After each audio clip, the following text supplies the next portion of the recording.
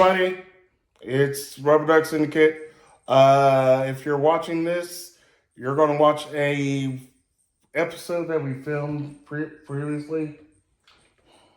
Well, I know we're not filming it right now, so probably... No, we're not filming it right now. We're too full of chicken nuggets, and you're going to watch this older one, but we'll get back to you. New episode next week. Absolutely. Bye. There we go. Yeah, I thought we were recording the entire time. I was like, oh, this is fucking gold, but no. Well, I mean, I'm sorry I've ruined our podcast forever. Well, good thing is it's like, this is only episode like point. Yeah, we're still in the fractional episode. Yeah, we had episode 0 with Stuart. Yeah, which is, that's episode 0. This is like point 0.5. We should use the Cistercian numbering system.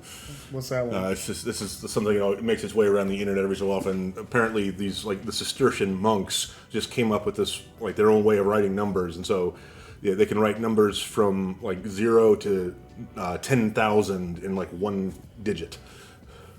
The way they write it. It's cool. It's nerdy. Is it probably like, not podcast worthy. Is it, like, all linked, or is it just, like, one long-ass thing? Or? No, it's a code. I mean, I would show you.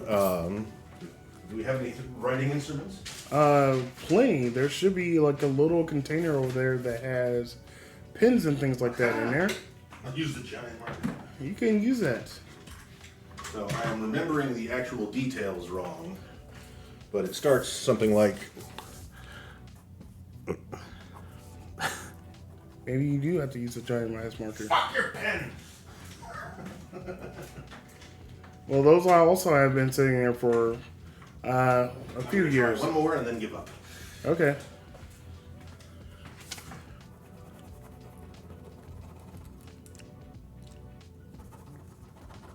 Maybe a giant marker's going to do the thing. Giant marker it is. If that doesn't work, then you could just give up. Alright. So... A giant marker.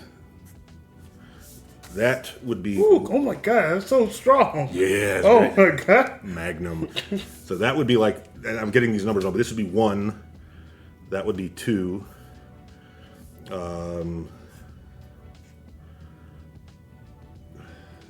And so I think that would be 3 or something like that. But each of the quadrants, depending on which way you put slashes...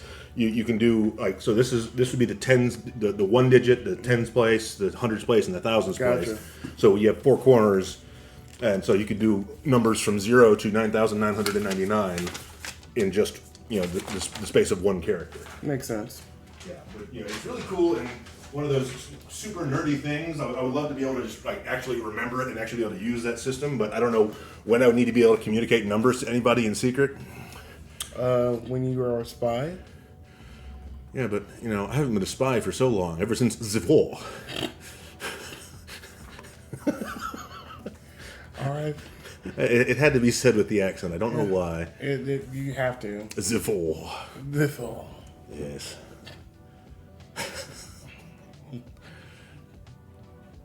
Those were dark times. Slightly. So what? Slightly. Oh, I thought you said Smiley. What the fuck does Smiley have to do with the war? No. Oh my god, is she a spy? She was there. She's a vampire. You don't know that. She might be. We don't know. Smiley, are you a vampire? I feel like if she were a vampire, she could have a better job than dinner detective. I mean, vampire school teacher, I totally get, because, vampire school teacher? Yeah, does she teach school? She's an educator of some sort. Yeah, I thought she taught, like, middle school kids or something. Something like that. But, yeah, I could totally believe that any one of my teachers growing up was a vampire. Yeah, but why would they teach? That just makes no sense, but, like, I have eternal life. I can do whatever I want to. Algebra. I'm going to teach history because I was there. I mean, that's one of the big issues when you're writing an immortal character is, like, what do you do? Like, how long have they been here? Were they paying attention? Do they remember stuff? I mean, is their memory as accurate as, say, my memory? So, yeah, maybe there was a guy that was there and he saw the actual start of World War II, and, he knows exactly what happened, but he remembers it absolutely backwards. Or yeah, Franz Ferdinand. He shot some dude in the face. That was World War One, wasn't it? Fuck. We don't know. It doesn't matter. Yeah. Like, there's going to be another. Yeah, I was there. They started with World War II. They switched it up. World War One is actually the second one. It's the pre-sequel. Yeah. Yeah, I don't know who started doing Roman numerals for wars anyway. But, yeah. Maybe the Romans.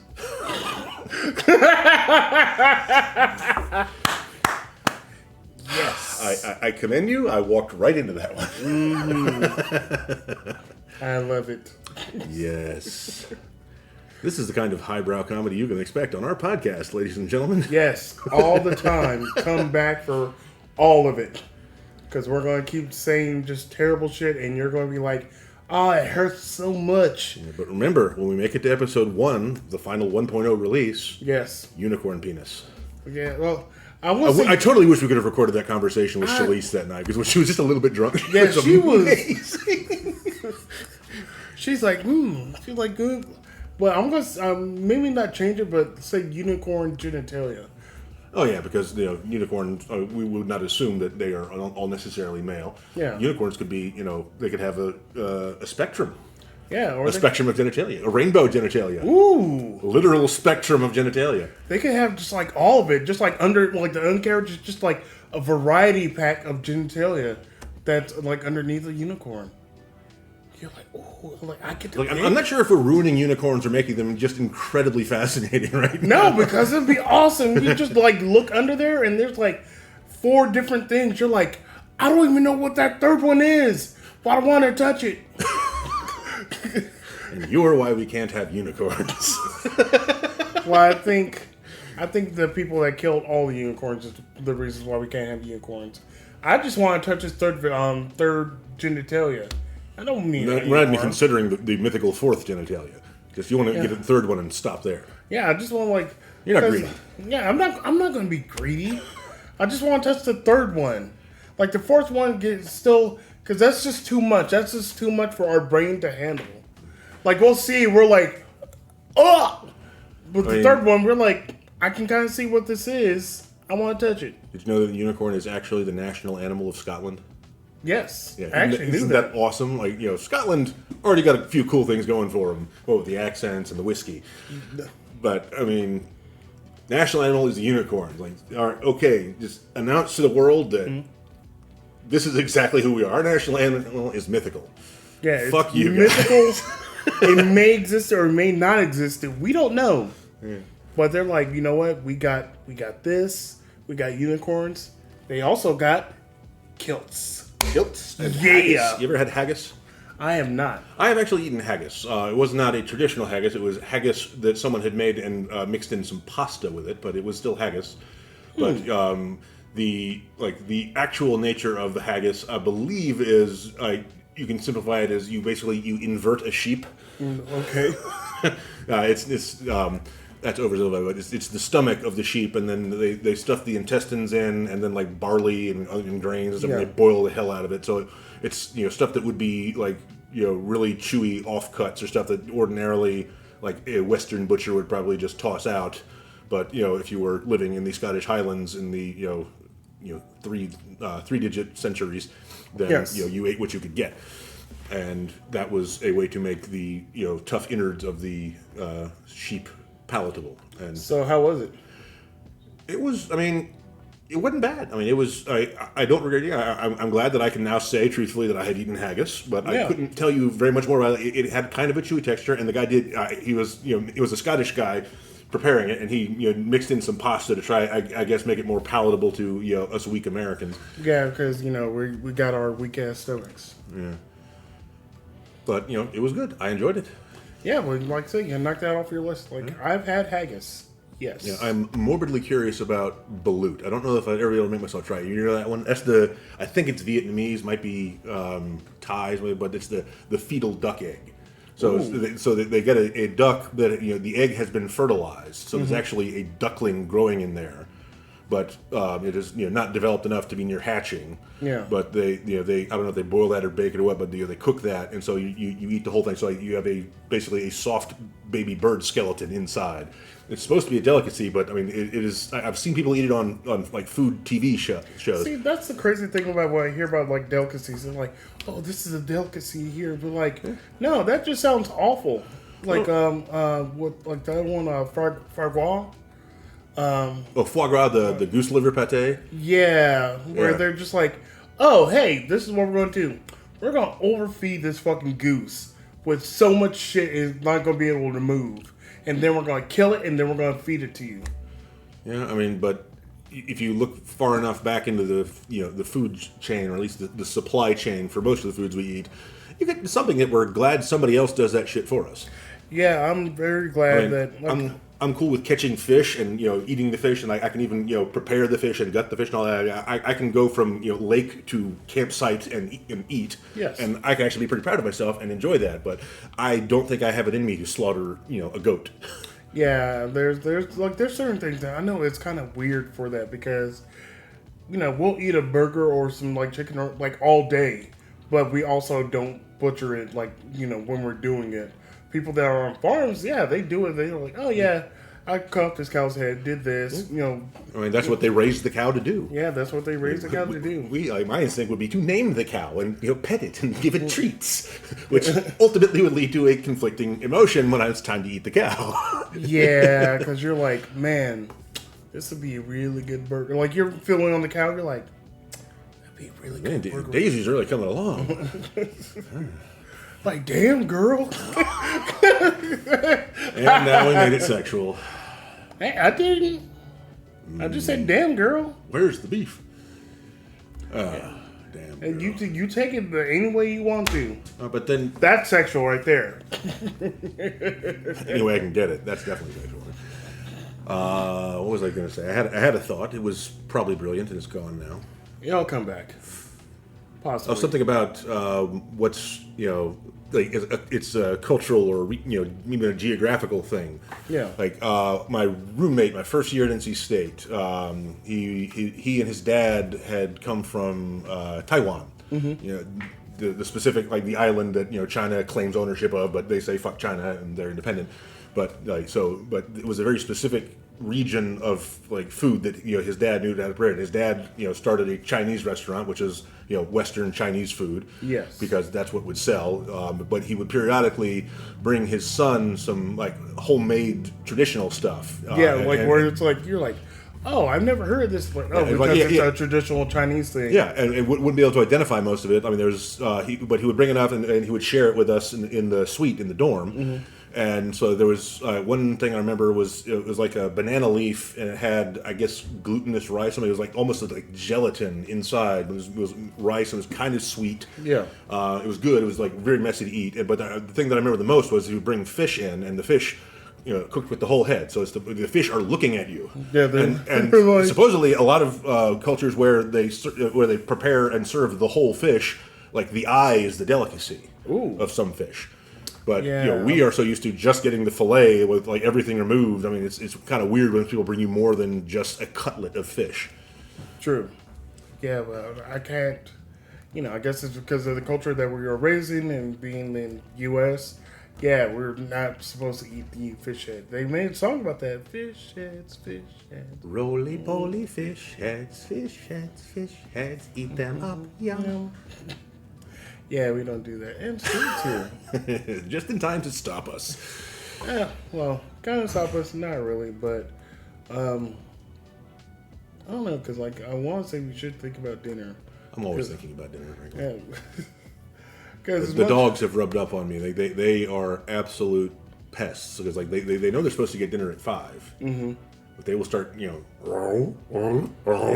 like at 4:45. No, it was 4:15 today because like for some reason they woke me up early, so I gave them breakfast early. So like, they had breakfast like an hour or two early, so I gave in. But they've at least given up on trying to emotionally manipulate me for carrots. These dogs are carrot fiends. I did not know dogs liked carrots. These dogs love carrots. Like I almost lost a finger feeding one of these dogs in carrots. Yeah, yeah. Make sure that you're just like pull back a little bit, sit, or just toss it. Yeah, like yeah. Yeah, well, I'm thinking about like say baby carrots where they're essentially not like grown like that. I know that. Yeah, they're whole carrots that have been like cut down on a lathe or something. I was like, what the just give people the carrot. Well, I guess like people are like, oh, it's a smaller thing, it's ready to go. I'm like, I mean, they're great because if you're doing I guess like a party tray in a hurry, like if you're on your way, someone's like, oh shit, I got to bring something to this party. You can grab some baby carrots and a tub of ranch and like, hey, I came prepared. If somebody does that to a party, I'm like, you're not invited. It's like you brought. It really depends on the nature of the party. I have found that if one person brings like a veggie tray, it usually goes over pretty well. Yeah. Like assuming there's enough other people bringing stuff, but because people tend to bring the same stuff. Like my go-to is Krispy Kreme, especially if I can get it, like hot now Krispy Kreme, because like then suddenly I am the party's hero. Yes. Which it's much more easy to pull that off when people have been drinking all night, because when you've been drinking, donuts are even better. They are. Yeah. A lot of stuff is better after you've been drinking a little bit. Because burritos and tacos and all that stuff is fucking delicious. Yeah. No, usually my go-to is like I don't do the veggie tray because I'm like, that's kind of boring. Mm-hmm. I do the fruit trays. Yeah, fruit is great. I do the fruit ones, or I'll bring like a fruit. I can't say fruit tart. Well, it's like the fruits, but it's also the kind of like cheesecake thing like underneath. I think that's a tart. I don't know. I guess I know what you mean. Anything fruity because I like things fruity. Yeah, but if it's a part, it really depends on the part. I went to I guess when I was in school, like the instinct among everyone was to bring something sweet. So fruit tray, candies, chocolates, desserts, stuff like that. Yeah. So like the one person that brought a veggie tray, it wasn't a hit, but people were eating it. Yeah, because they were like, I need something to offset all these, all the sweet shit. Or people bring, like, I guess in your college, they bring, like, chips. So you're like, okay, that's savory. But your body's like, you need something else. You can't just survive on Doritos and kiwi. You can, you should, but you can't. Doritos and kiwi would be a cool name for a band. Ooh. Doritos and, well, kiwi and the Doritos, maybe? I don't know. Nah, I retract that. Because, like, now that I've said it out loud a couple of times, it is... Yeah, maybe an album. Yeah, kiwi and the Doritos. Yeah. Kiwi and Doritos, or you pluralize like Doritos somehow to make it like a kind of like a different name. So like like in Latin, Doriti. No, kind of like if you think about like say Glass Night and the Pips, or maybe like Kiwi and the Doritos or something like that. The Doritos, yeah. Yeah, Kiwi and the Doritos. Yeah. Like or Hootie and the Blowfish. Everyone thinks that, Darius Rucker Jesse and the Rippers. I was going to talk about, like, Darius Rucker. Everyone's like, oh, it's Hootie. It's like, no. Yeah. Well, I do have sympathy for Darius Rucker in that one regard because he tried for, like, 20 years to convince people, like, no, I'm not Hootie. Hootie is just part of the band name. Hootie was some dude we knew. We named the band after him. Hootie and the Blowfish has that. I'm Hootie now. Like, he just got ground down. Like it's just like after so many years, like decades, he's like, you know what? Yeah, fuck it. I'm Hootie. Yeah, I'm Hootie. Just that's who I am. This is my fate. This is like, well, you have to you have to roll with it. Yeah. Because I've watched a interview with David Schwimmer, like briefly. He's Ross. Yes. He'll always be Ross. He's always going to be Ross, even though he's been in other stuff. Yeah. He's always been Ross because, like you talked about, where anytime he has interviews, like they always play the Friends theme when he's coming in, or they play that, and he's like he got to a point where he's like, I disliked hearing it all the time. Yeah, I think they all had that to some extent. Have you seen We're the Millers? Like the one outtake where they pranked Jennifer Aniston with the Friends thing. I saw that, and it was just the right timing.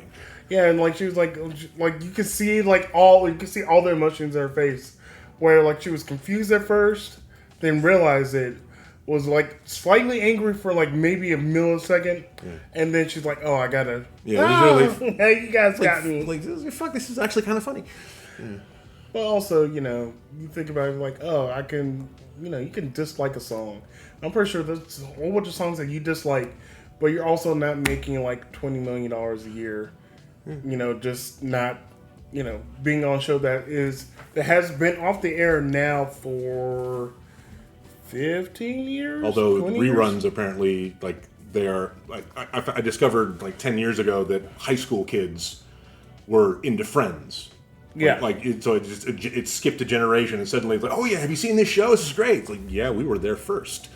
We remember, and we know that they're all awful people. You haven't figured that part out yet. Yeah, it's really kind of weird to, you know, hear like a 20-something-year-old talk about a show that is, you know, essentially 30 plus years, because it started out like in 96, 97. I think that's right. So, and they're like, oh yeah, this is a great show, I'm watching it now. I'm like, okay, watch Living Single like first, please, because that's a much Living better. Single is actually on my list of shows to just watch, you know, end to end, but it hasn't shown up on Netflix yet. I'm not sure what it's on. It's streaming somewhere. Yeah, but I have been, you know, meaning to find that. That was the random episodes that I saw were good. Yeah, because like with, and I think I talked about this with you before. There's a lot of shows, or a lot of bands, or there's a lot of different things where they'll test the market for African American people, and they're like, oh, this works. Let's do it for the white people, and then go for yeah.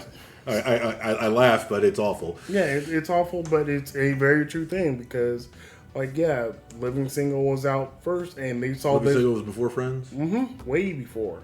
But then they had, like, but that's not necessarily like original concept, because I remember there were other shows even before Living Single. It was like there was one that had Jackie on it, where it was Apartment 227 or something. Yeah, wasn't that the same concept?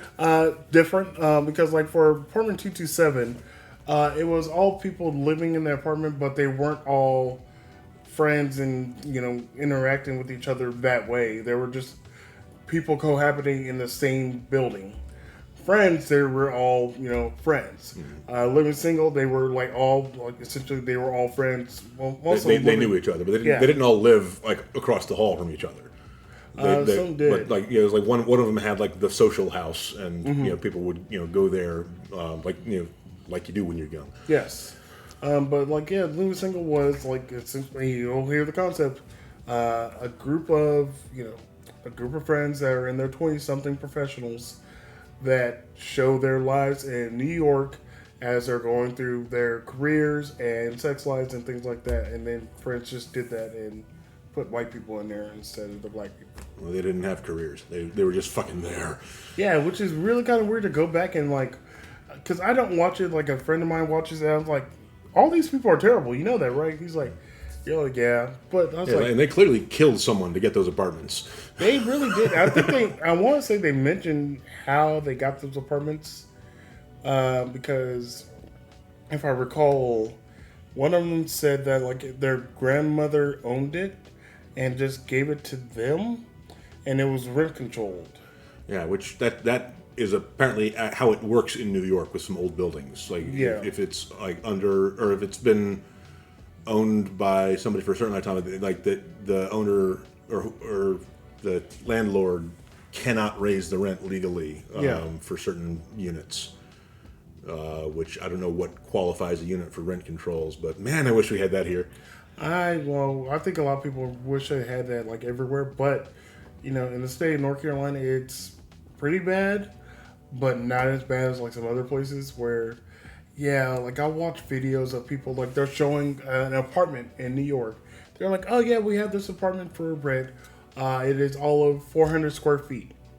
400 square feet is not a lot of room. That's enough for a toilet and a sink. That's enough. That this is maybe 400 square feet. This is probably. This is maybe bigger than 400. No, this is larger than 400 square feet. So, you have enough room for, like, say, your couch, a bed, and maybe like a stand for your clothes, and that's really about it. But they were like, oh yeah, it's 400 square feet, located, you know, they'll say some kind of neighborhood in some in a New York borough. I was like, okay, cool, it's not that bad. And they're like, oh yeah, it's still at only like $4,200 a month. I'm like, does that come with a reach around? I'm like, Yeah. did you say $4,200 a month for 400 square feet? Okay. So when I was doing my tours for my two-week glorious tenure as a tour guide, we would be going through the Fourth Ward neighborhood, all those historic houses. Something about that too. Oh, I'll look forward to hearing. So we get to the Fourth Ward neighborhood, and I was telling them, like the prices here, like average like $1 million, $1.5 million for one of these houses. And I was like, oh my god! Except for the people from San Francisco, like, man, that's cheap as shit. Yeah, they're like, ooh, okay. It's like, wow, like shit, I can move in there now. Like I could sell my one apartment for 1.5 and move over here for like 1.1 and still make money. I'm like, fuck you. But I'm so poor. Yeah, we all are a little bit poor. Oh, but I'm not gonna be making money because guess what? I'm on hold until they like figure shit out. On hold? What does that even mean? So does that mean you weren't a good fit like me? Well, I wasn't a good fit because I'm physically not a good fit. No, so they told me initially I was going to drive the cart. They were like, you might be too big for the cart. Can you drive the bus? I'm like, yeah, sure, whatever. And they're like, oh, when can you come out? I was like, well, I'm busy this weekend. And that was like last weekend. And I told them I could do either Monday or Tuesday and a couple other days, down the line this week. Didn't hear from her about Monday or Tuesday. I'm active. I actually texted her. I was like, I didn't hear from you. What's going on? And she's like, oh, my, what the fuck? She had like pneumonia? Yeah. Apparently she never got over it. Yeah, it apparently got worse. Oh, darn. Oh, no. I wonder if that comes from her not fucking taking care of herself. I know. Like, if you're sick, call out. It's going to be fun. If you have pneumonia, stay the fuck home. Yes. Apparently it's gotten worse. So she's like, oh, it's gotten worse for me. I'm going to be out for a while, so I'm not going to be running things. Oh, it means Kayla's in charge. Yeah, maybe. I don't know.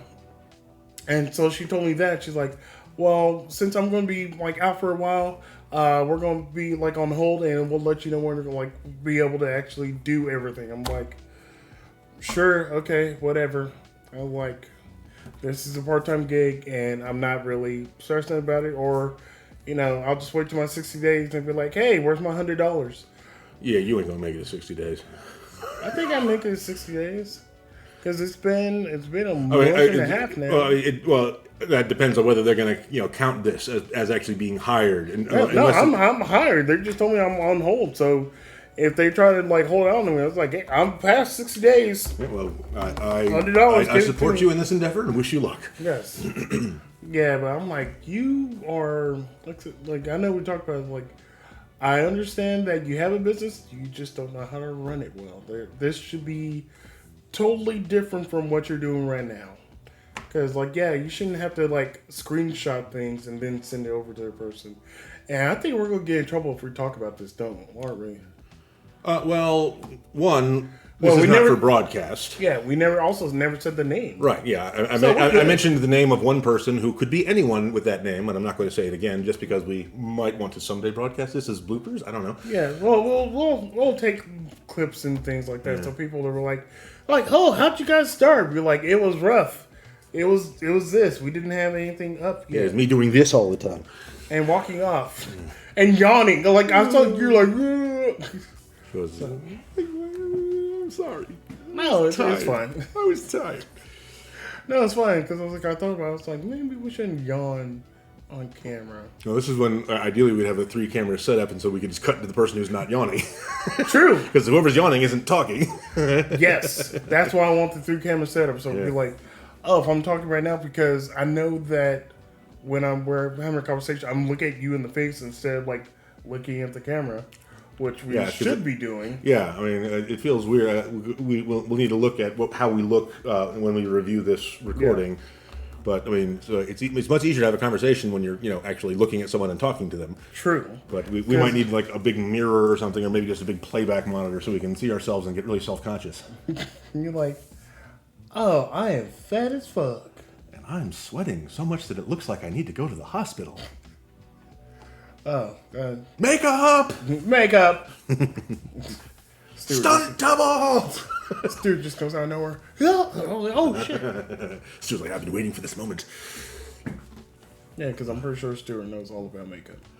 Yeah, I mean, I know he's done his own he stage makeup for a long time. He does his own. Yeah. He does his own, so he knows. Also, the man owns wigs. He clearly is, is a step above us. Yes, many steps above us. Like, you are a far better person than you and I. We salute you. Yeah, we salute you. We're saying like he's dead. He's in the hall. He's listening to this, wondering what the fuck we're doing. He's like, "What are you guys talking about?" I'm like, "We're just talking bullshit right now." Because that's what our podcast is. I have little subtitles as in memoriam, Stuart. In the arms of the angel. Now we're raising money for pets. Pets and carrots. That's what we're raising money for. And also to make sure that you keep all your digits because they might eat one of them. Yeah, well, I told you the doggy Prozac. It really does help. This dog. I mean, I went to see like a month or so ago before they put this dog on the doggy Prozac, and the dog literally tried to eat my eyeball. I mean, like it didn't actually break the skin, but like there were marks here and here. Like, tried to chomp down just because she was excited to see me, and she just doesn't like. She's a rescue, and she just doesn't know how to handle it. So she's not properly socially adjusted yet. And so she wasn't angry at me. She was just super happy and playful, and she just played and almost played my eyeball right out of my head. But now, I mean, with the exception of when I was trying to feed her a carrot or a chewy thing, and she almost takes a knuckle off, which is just her excitement getting her. She has not been aggressive. She hasn't even barked at me.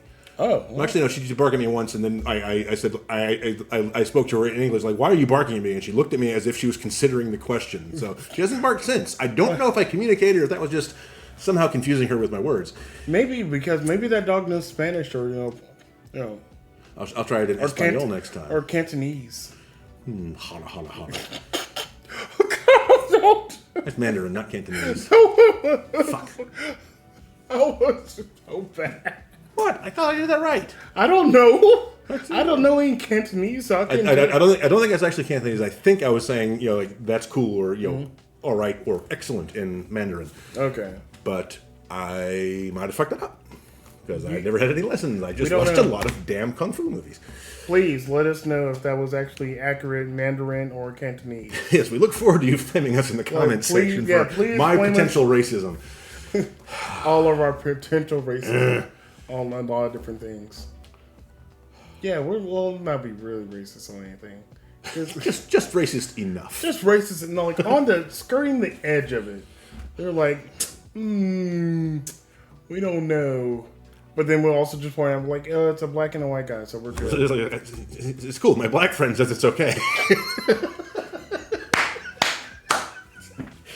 Everything's good. I got a black friend. Yeah.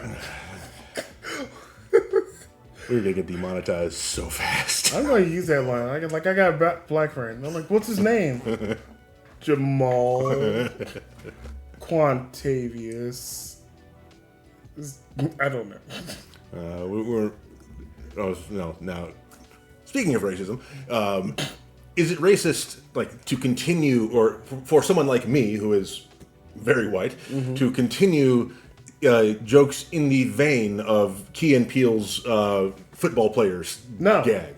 No, that's just a gag about names. That's not particularly aiming at anyone in particular. That's just people with crazy ass names. Yeah, but they just happen most of the time. People act. Yeah, but that's where I am concerned about the question, because if I come up with a name that I think is hilarious, is it like just necessarily racist for me to suggest it because it is a name that I would not be suggesting for a white football player? It could be, or a figure skater, or it could be like a Polynesian person, or an Asian person. It could be anybody, but you can just be saying a crazy ass name, and it's just a crazy ass name. Yeah, because like the Brickashaw, something. The Brickashaw, that is objectively, or not objectively, but in my opinion, that is simultaneously one of the like worst and best names ever. Because like no one is ever going to forget that guy's name. No one's Everyone's going to know exactly who it is, which is the whole. I'm sure that's exactly why that name was chosen, was because they wanted him to have something unique and memorable. Yeah, and so they picked that, and it is. I mean, I guess because he's done so well, and I've heard his name so many times, and probably like it no longer sounds really silly. I mean, no, it's just it never sounded silly. Yeah, it's unusual. There we go. Like, it's not silly. It's just an unusual name that you heard. You're like, DeBrickashaw. Like, what the fucking DeBrickashaw? Yeah, but objectively silly is what was his name? Chad Ochocinco. Yeah, But that guy is so damnably likable that he got away with it. I thought I heard someone changed his name to his jersey number in Spanish. What a putz! But then I saw him on like Dancing with the Stars like that. This dude's like, I love this guy. Yeah, like, I want an Ocho Cinco jersey now.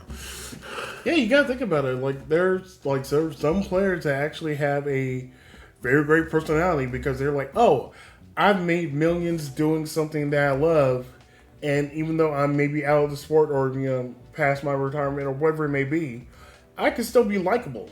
I can still market myself. Another person that's like that is Marshawn Lynch. That name for some reason I know who that is. Was he on Atlanta? No, he was on the Seahawks, I believe. He was a Seahawks guy. He was on the Seahawks, and they end up losing the Super Bowl because they were at the. Somebody's gonna point out in the comments at some point if this goes on there. Super Bowl. They were literally on like the 2 or 3 yard line. He's been doing fantastic because he was a running back, doing fantastic the entire season, just eating up all the yards. So it was probably like fourth and goal, and they can score. And the coach was like, you know what? Should we run Marshawn Lynch? Nah, we'll toss. We'll do pass play. And didn't make it. Well, with my own very rudimentary understanding of football and professional football in particular, I can see in theory why a coach might make a decision like, okay, yeah, we've been running this guy constantly, or and everyone's expecting us to do this. It's the most obvious play that we could possibly do. Might be the best one, but maybe surprising them would help. So I can sort of see why someone would come to that decision. I don't know if it was a good decision or a bad decision. Ultimately, it didn't work out. It was a terrible. Everyone thought it was a bad decision at the time. Even the opposing team, they're like, are they doing a pass play? Like, what? You guys want to win, right? Like, you guys are doing pass play on the 3? Are you guys, coach? Hey, coach, are you sure? You sure you want? Oh, okay. You got it. I mean, I have simultaneously a lot of disdain and a lot of respect for professional sports players and the coaches. I think it's absurd how much money they get paid for what they do, but I acknowledge that what they do is fucking hard. It really kind of is, but also like the amount of money that is trading hands and being charged and shit like that is fucking ridiculous. I can't say there shouldn't be any reason why you're a billionaire while you're owning a sports franchise, but you're still a multi-billionaire and you're paying your players this because they're making you this much money, but you're also charging people so much money to be there. Like for like a standard ticket, like anywhere, it'd be like, oh, an average, like just maybe like a nosebleed section, probably like $50. And then you're like, oh, you want to get food or like a t-shirt or anything like that? Beer, typically like $6. A hot dog, typically maybe like $5. You want some nachos, that's going to be $10. You're definitely erring on the cheap side. Based on my last time in any stadium. Yeah. And I'm just on a figure of numbers. So like, you're looking at like all right, you're looking at the minimum of like per person at a sporting event, maybe $150, just like for being the seat, food, like even if they like. Don't forget parking. Yeah. Oh, the fucking parking! Like you already have the parking lot. Hey, you want to park here? You want to be, within 100 yards of the stadium? Yeah, we're going to charge you like $30, and that's on the cheap side. That's. I remember my very first job in high school was working at the parking lots uptown for events, including the Panthers games. Yes. And this was right when the Panthers had just started and become a thing. And I remember the parking lot. It was a bar that was literally right behind the stadium. There was a trail you could cut through the back way and walk right up to the stadium. So it was like a very close parking lot. And that was, I think, $19.50. And I thought that was insane at the time because that was the most expensive parking I had ever heard of. Yeah, and this was like what, early 2000s? This was late 90s. Oh shit. Yeah, and so like $19.50. Like holy shit! Like you have to just be throwing away money to do that. I didn't even contemplate the cost of the tickets. I just I was working in a parking lot. I didn't give a shit at the time. But now look like $19.50. That will get you technically in the same county you can park and walk. Yeah, you'll be able to park in Mecklenburg. You just have to walk like a mile and a half to get to the stadium. That I just like everything that's going on with this fucking corporations. But Political mode. There should be no billionaires, folks. No, ever. Billionaires should not exist. Someone came up with a good concept saying like after you hit $999 million, anything you make after that should just go into like a big pool that should help everyone. Like tax. Yes. Yeah. Oh, that's what tax is. Yeah. Why don't you guys do that? But they're like, no. They're like, I gotta pay so much in taxes. Like, there should be no reason why myself and you have paid more in taxes than the top 10 billionaires at this point. Like, we pay more in taxes than any of them. Oh, you do because you have an actual job. True. No, but you do have too. Like anything you purchase, you get getting taxed on that. Yeah. So you're paying taxes. Yeah, and I'm poor-ish. Yeah, poor-ish. I'm not as poor as I was, 2 years ago, but I still lament my situation. Now I'm getting off the track of fun podcast type material. No, it's real. It's fine.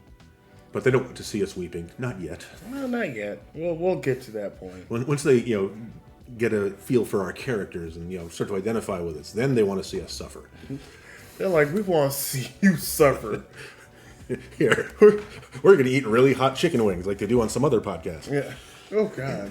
Well, they do that on many different podcasts, or have food challenges. But isn't there one that the entire concept of the podcast is they have celebrities on there and they just talk to them while eating extraordinary. It's just called Hot Ones. Isn't it? It's Hot Ones.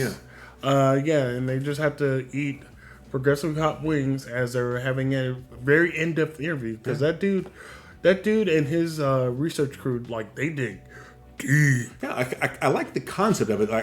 Some of the episodes that I've seen have been a little disappointing. It's kind of boring. You expect either more reactions, to what they're doing, or to have the conversation be more interesting. But it was kind of do yourself a favor, watch Conan O'Brien's one. Conan O'Brien is funny to watch even when he's not being tortured. He had the best Hot Ones interview. I will definitely make it was voted by all the fans and shit like that as having the best interview on Hot Ones. Other people had other good interviews where I was like, okay, yeah, because some seem kind of boring. It's like, oh my goodness, it's so hot. I can't. And there's some people who just lose their shit, and I'm like, yes, that's what I want. I want them losing their shit while they're eating progressive. See people doing the ghost pepper challenge and have no idea what's coming. Yeah, they're jump. Oh, this is not like. And then they just are on the ground. And then just vomiting violently. In their defense, first it was objectively stupid, but you don't really think about the fact that something can be hot enough, something that can just taste hot enough to hurt. Yes. I've had hot stuff. I've had really hot wings. I love hot food and hot wings or spicy food, and but. I've definitely found the threshold at which it is definitely no longer enjoyable. Yeah, where it's I just taste fire and not the actual flavor of anything. Mm-hmm. I don't want that. Because let's just say, not sponsored, Buffalo Wild Wings. Not sponsored yet. You can sponsor Buffalo Wild Wings. If you want to sponsor us, please do. We'll talk about you all the time. Yeah, and some of it might not be criticizing you for calling chicken nuggets boneless chicken wings. But I can't promise that. That's a Daniel thing. You can talk to me. I will. This man will cover you. I will. I got you covered. I'll be here to keep everyone honest. They're like, hey, that fat man on the internet said we're good. Black approval. Like you can do like what approval cards do I get to certify? You know, Straight approval. Is that really a thing? Does anyone give a shit anymore? Mustache approval. Mustache approval. Tom Selleck approved. Tom Selleck approved. Yeah. Or you can be thespian approved. There's thespians here. Stole that joke from The Simpsons. Yeah. Okay. I know. I don't use it all that much, but because I'm stuck with Buffalo Wild Wings. Yeah. So wherever their scale of like their 800 flavors that they have, their top one, I was like, no, not going there. I'll go maybe 2 below that. I was like, okay, you know what? Right here is where it's good. It's still hot, but it still has flavor. Yeah, usually my default, especially if I'm going to a place where I've never had the wings before, is I will get one down from the hottest. Yeah. Unless they only have like mild, medium, and hot. If they just have like the 3 levels, then I'll get hot. But if they have anything beyond the 3 levels, usually the top level is just them trying to show off and hurt people. Yes. But the one below that is awesome. Although, I do not regret this technique, but with Dave's Hot Chicken, the Nashville chicken that's become trendy as hell. So Dave's Hot Chicken over on Central. I enjoy they have 5 levels. I enjoy number 4, but I've recently decided that number 3, the medium one, is just enough. Yes. Yeah, it's like this 4. It's good, it's delicious, but you also want to enjoy your food. Yeah, and I kind of want to try 5 once, but I don't want to eat a whole thing. If I want to have like 1 bite of their 5. Yeah, maybe we can tell them like, hey, can we get a sample, like just like a piece, just cut up a little piece of chicken, put the 5 sauce on there so we can taste it. Well, that's like some of the more clever restaurants around town. Like there's an Indian restaurant that is no longer behind Park Road Shopping Center. It was awesome. They had a lunch buffet. It was amazing. It was called it began with an S. But they, when you went there, sat down, they would just, when the waiter came out, before the introduction, he had a tray with 5 little cups of sauces. Mm-hmm. 1, 2, 3, 4, 5. Yes. And you could taste them. So we are not going to accidentally give you anything that you can't handle, because we've had problems with that in the past. Yeah, because there's a lot of people that don't understand Indian spices, or just like say spices on different levels of like other cultures. Because they'll be like, oh yeah, I can handle spicy, I'll be fine, let me get 5. Like, you can't. Because like I've seen videos where people are like, they go to like an Indian place or Indian takeout, and there'll be some, just like say a white gentleman go in, but oh yeah, let me get your spiciest thing, and they'll give them probably like number 3 or 4. Not to be like being rude, but they're like, yeah, you can't really handle it. I accept and acknowledge that there is such a thing as white people spicy. Yeah. But then, like, also, like, there were, like, it was a person that was of Indian descent went to the Indian takeout, and they were like, let me get the hottest. And they just gave him the hottest thing. They're like, oh, yeah, you're good. Yeah, and I read some internet essay, maybe a blog or something like that, a long time ago, talking about the hottest peppers in the world. So there are some that are grown, like, or they were cultivated in like mountainous regions in like somewhere in India or Nepal or like, but they remote regions where we in the West have no idea what the diet is like regularly. So as far as the people that grew up eating there, like this thing that is like painful hot to us could be something that they just toss in and it tastes absolutely delicious. They don't even mind the heat. Yeah, because it's just something that they eat every day. Yeah. Or every other day, or just like part of their diet. They're like, oh yeah, this is regular. So just like imagine, like if ghost pepper becomes like black pepper, just something we put on the food to make it look nice before we eat it. Oh, there's actually something beyond ghost pepper now. Oh, they find something new every year. There's actually as a farm just south of Charlotte. Fort Mill. The guy that created the ghost pepper is in North Carolina, I believe. Yeah, or it's other. I know he's somewhere around here. He goes to the Matthews Farmers Market a lot. Mm-hmm. I can't remember exactly where he is, but he is nearby. But he has set and broken the record for world's hottest pepper at least twice. Yeah, because like he did the ghost pepper. Yeah, ghost pepper and the Carolina Reaper. Yeah, the Carolina Reaper was the hottest. Boot Jalokia and the Trinidad Scorpion. Like I remember, I've grown all of these. Like I grew them and I tried maybe one of them because I'm happy that I've grown it. And I want to make sauce out of it, but I'm not going to eat one of these. No, because he did the Carolina Reaper, but then he grew something that is like I think 20 times, like not 20 times, 20% hotter than that. Which then, like, he ended up, like, talking about, like, how, I guess, Scovilles and things like that work. He's like, yeah, it's not so much you're tasting the heat of, like, what the product is. You're tasting the defense mechanism of that pepper. Like, what it's telling you is, like, don't eat me. This is what's happening to you. So it's just essentially just pain. It's just causing pain, but, you know, at different levels of pain. We're like, yeah, this is good. So... Ooh, I'm trying to think about like all the people that are into like the kink dominatrix shit like that. They're like, you think there's a pepper kink? There might be a spice kink. Yeah, somebody's like, oh, they're getting whipped. They're like, okay, whatever. And then like they bring put out some chili on it. They bring out like a Carolina Reaper and just like put it in their ass crack. Oh my god, no! You said that. I have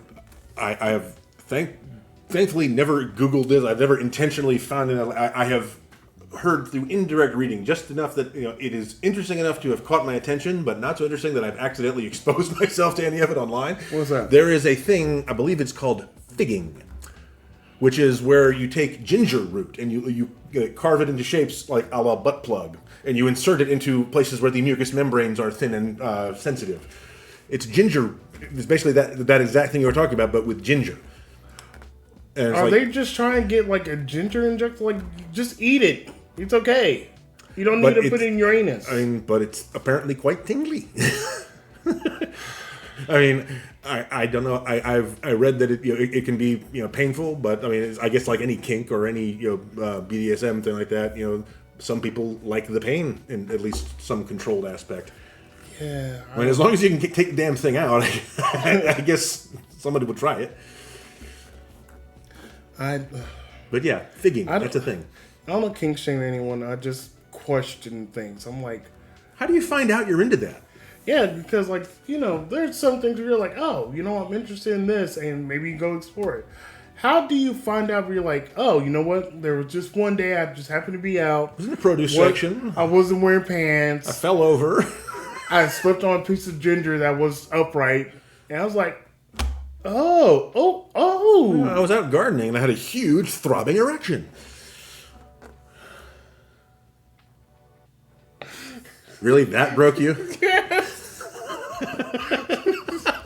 Okay. I think we can call that for the night. Yeah, we're done right now. They're like, oh, you got your... Okay, that's cute. That's really, let me know when it launches. I'll like and subscribe. By the way, like and subscribe, folks. Yes. Yeah, we have to say that. Yeah, like, subscribe. Dirty. Like, subscribe, hit buttons, hit bells, do dinglings and things like that. Remember us. Remember me.